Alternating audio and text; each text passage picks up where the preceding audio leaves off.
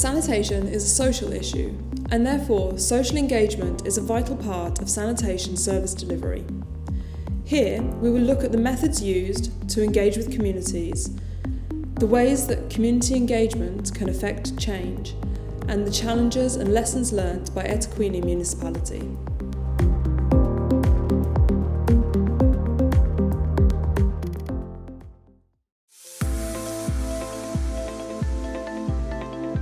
Sanitation is the right to human dignity.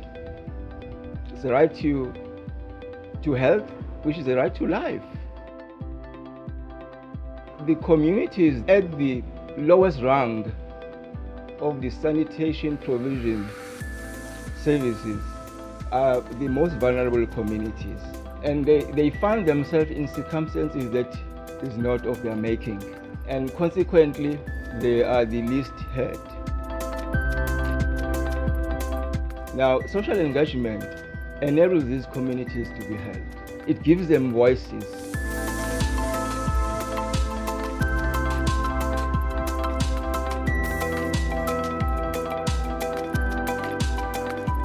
So we're moving into a world where this kind of top-down approach of states delivering things for people has changed significantly over the last 30 years.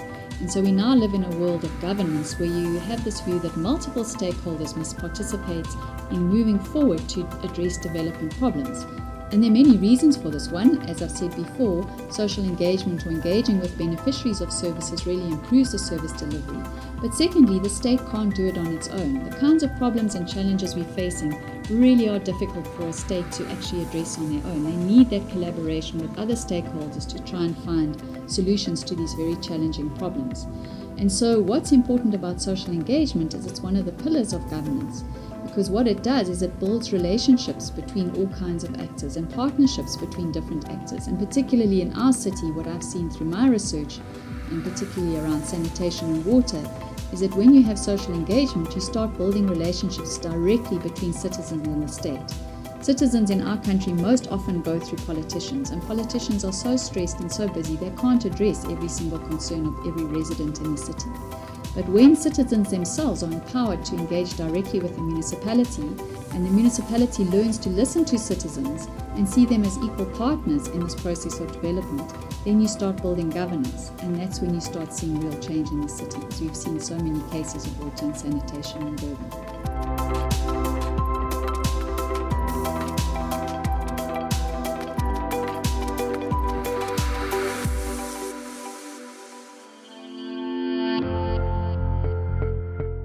The aims of engaging communities in water and sanitation, it is mainly to involve communities in our project so that they become part of the project. It is also part of the government's objectives on community participation. When communities are not engaged on projects, they feel that they're not part of the project, so they don't feel the need to take care of facilities or services that they've been provided with. You have to understand the politics and the cultural norms of communities that you're working in. And so in any community that you work in the South African context, you have to first approach the councillor. Communities will not engage with you unless you've gone through the councillor.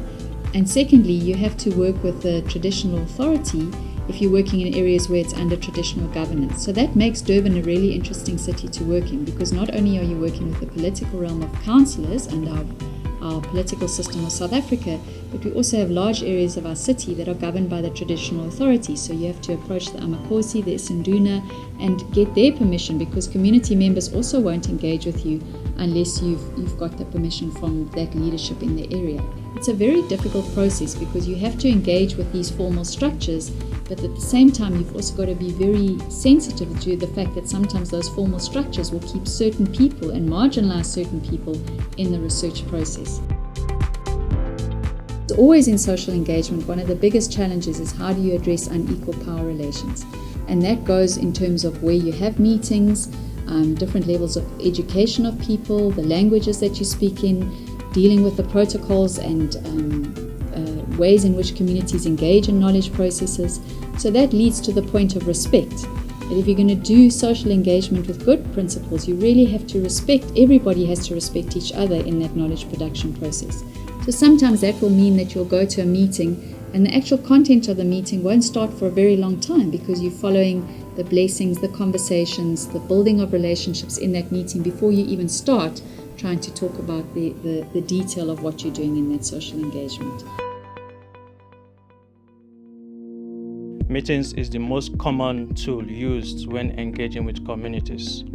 It is important to note that the location of the meetings matter a lot, as access to facilities by the different stakeholders differ. It is also important to note that there are different social and cultural practices in the communities. Meetings often begin and close with a prayer and with the singing of the national anthem. We also have the use of focus group discussions with communities and also the use of social surveys in which we use questionnaires. We also have the use of interviews where we engage one-to-one with individual members of the communities.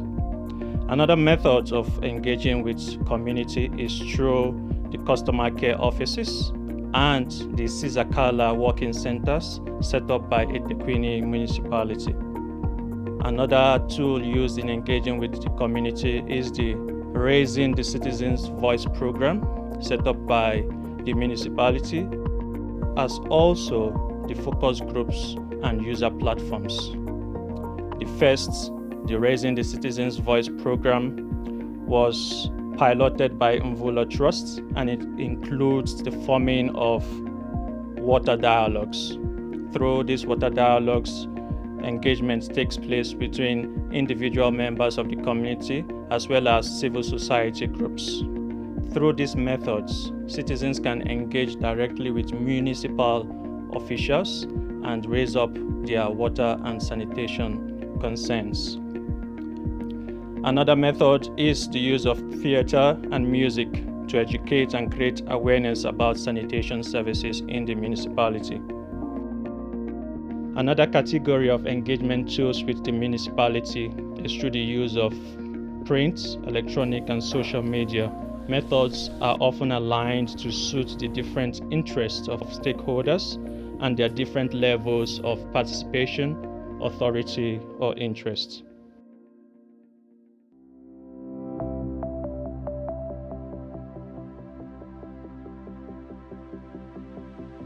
Durban and eThekwini municipality has had a long history of certain forms of engagement with communities around the implementation of their programs. So when you think of the role of the local state is mandated and tasked with actually delivering services. So they have to take that responsibility seriously.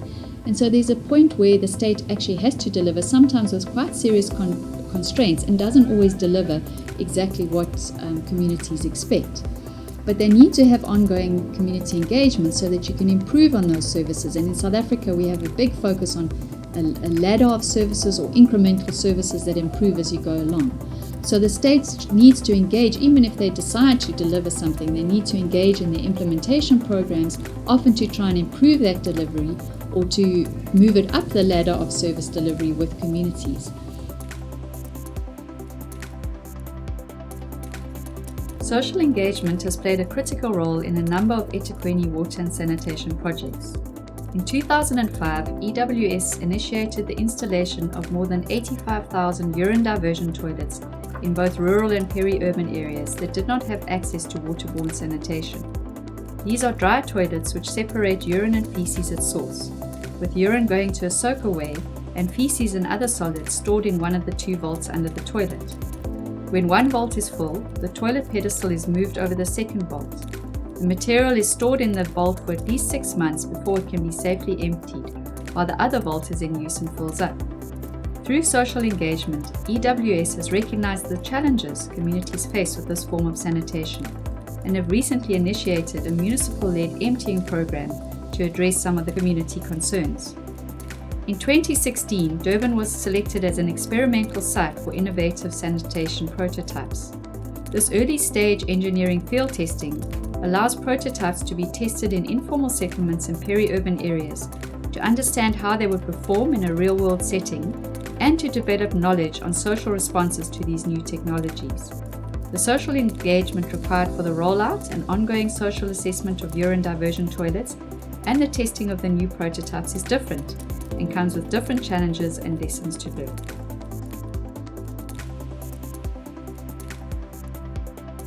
I think in the past, the way in which sanitation was developed is that engineers or technical people developed sanitation services and then rolled those out to people. As we saw with the urine diversion toilets that were developed for Durban, initially those were developed without a whole lot of public engagement, and then the municipality, post the implementation of that project, then has started to engage with communities about how to improve those toilets. The unfortunate thing is, because they didn't engage with communities at the outset, some of the critical issues around UDTs, which is, for example, the emptying of UDTs or the closeness that someone sits to the actual waste of the sanitation, those kind of design faults could have been improved had there been engagement in that earlier technology. So this municipality has learned a great deal from, I think, that process, and that's why it's so interesting that this new prototype testing is happening in Durban in the way that it is. And I think that's why Durban is a perfect test site, because there has been a lot of engagement from water and sanitation in this municipality with communities, learning by doing and learning together. Living in a developing country or living in a country where there's a huge amount of poverty and scarce state resources, we can't deliver a gold standard flush toilet to everybody, and we also all know that the water flushing of toilets is no longer a sustainable option for sanitation going forward to the future. Sanitation changes people's perceptions of their relationship with the state. That's really, really important, and you can't do that well and properly unless you engage with people in the communities that they live in the context that they live in. If you're developing sanitation for informal settlements, that's a very different kind of approach to developing sanitation in peri-urban areas, where you have more space, you have an ecosystem services that can help with sanitation, or in the suburbs of Durban, for example. So it's really important that we engage with communities to get their input and their extremely valuable knowledge, which the EFT testing has shown us how much knowledge communities actually hold, how much they actually think about sanitation practices. So using their knowledge, using their local experience and building partnerships with them is the best way to go forward to develop sanitation for the future.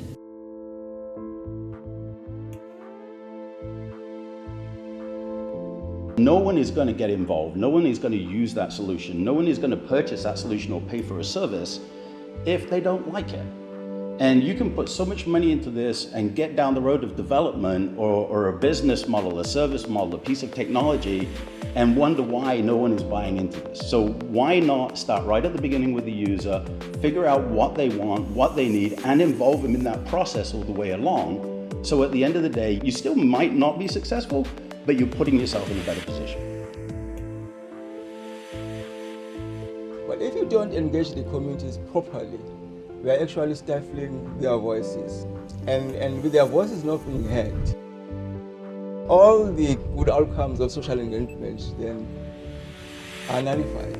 For example, you want to have partnership with the communities. That partnership would not be realized. And the specific needs of sanitation needs of the communities, they could easily not be addressed. You could also unintentionally exclude, the cross-section of the community, and you could also unintentionally contribute to the perpetuation of the disempowerment. The vulnerable communities are actually disempowered communities, so that will be basically the results of not engaging your communities properly.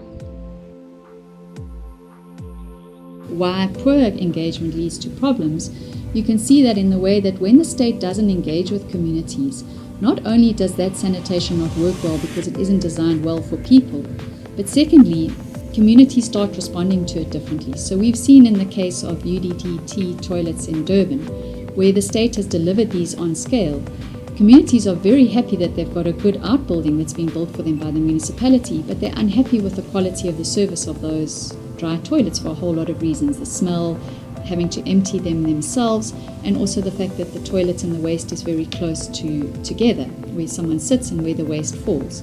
So what has happened because of that is people have adapted that technology. They've turned the UDTs into storerooms, they've reserved them only for visitors, they've turned them into flush toilets, they've turned them into pour flush toilets, And so they've adapted that technology to suit their needs. So if the state rolls out programs where they haven't engaged with communities and there is poor engagement, then either people will not use that technology at all, or they'll adapt that technology, and then often it doesn't work for the purposes that the state actually intended or functions very well in terms of how it was designed.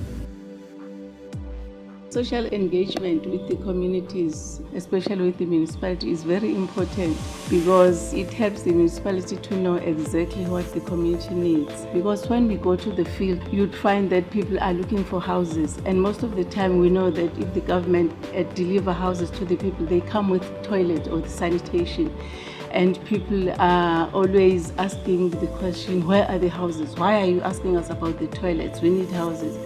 And the information that we got from the community, we know that as much as they appreciate the sanitation delivery to them, but they are also having need of some other things that are coming from other departments in order for their life to become very good.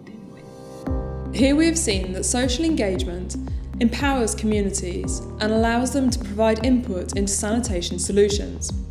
The method to engage with a community is determined by the goal, and although community engagement can be challenging, it has led to key successes of sanitation delivery programs for eThekwini municipality.